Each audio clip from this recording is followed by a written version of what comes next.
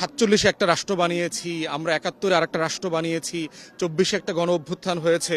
প্রত্যেক জায়গাতে দেখবেন যে আমাদের একটা আকাঙ্ক্ষা আছে যে আসলে আমরা একটা মানবিক রাষ্ট্র চাই, আমরা একটা ইনসাফের রাষ্ট্র চাই, যেই রাষ্ট্র আমার অধিকারগুলো ফিরায় দেবে, যেই রাষ্ট্র আমার ন্যায্যতার প্রশ্নগুলো ডিল করবে, যেই রাষ্ট্র আমাকে সুশাসন দেবে।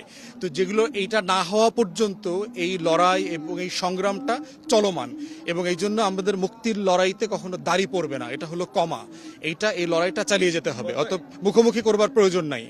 মুক্তিযুদ্ধ নিয়ে সবচেয়ে বেশি চেতনা ব্যবসা যারা করেছে সেই আওয়ামী লীগ সরকার সবচেয়ে বেশি মুক্তিযুদ্ধের যে মান, মুক্তিযুদ্ধের যে যে আকাঙ্ক্ষা, মুক্তিযুদ্ধের যে প্রেরণা, অঙ্গীকার, প্রত্যেকটা জিনিস লঙ্ঘন করেছে। আমরা দেখেন অনেকগুলো জিনিস বারবার বলেছি যে আমাদের কতজন শহীদ হয়েছে। পৃথিবীতে প্রচুর এরকম মেমোরিয়াল আছে যেখানে ওই লড়াইয়ের প্রত্যেকটা শহীদের নাম লেখা থাকে।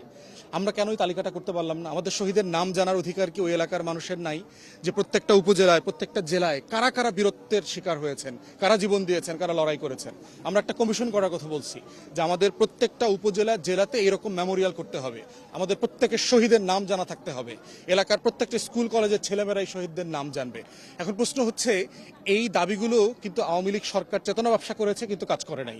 আমাদের বীর মুক্তিযোদ্ধাদের তালিকাটা নিয়ে কিভাবে নাটক করেছে দেখেন, ব্যবসা করেছে। আমাদের শহীদদের তালিকা নিয়ে কিভাবে নাটক ব্যবসা হয়েছে।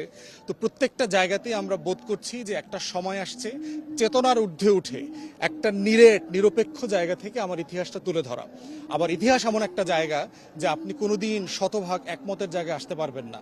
আজকেও দেখেন 200 বছর পেরিয়ে 250 বছর হয়ে গেছে প্রায় আমেরিকার স্বাধীনতা যুদ্ধের ইতিহাস যদি নতুন যারা লিখছে তাদের প্রচুর ভিন্ন মত আছে, দ্বিমত আছে।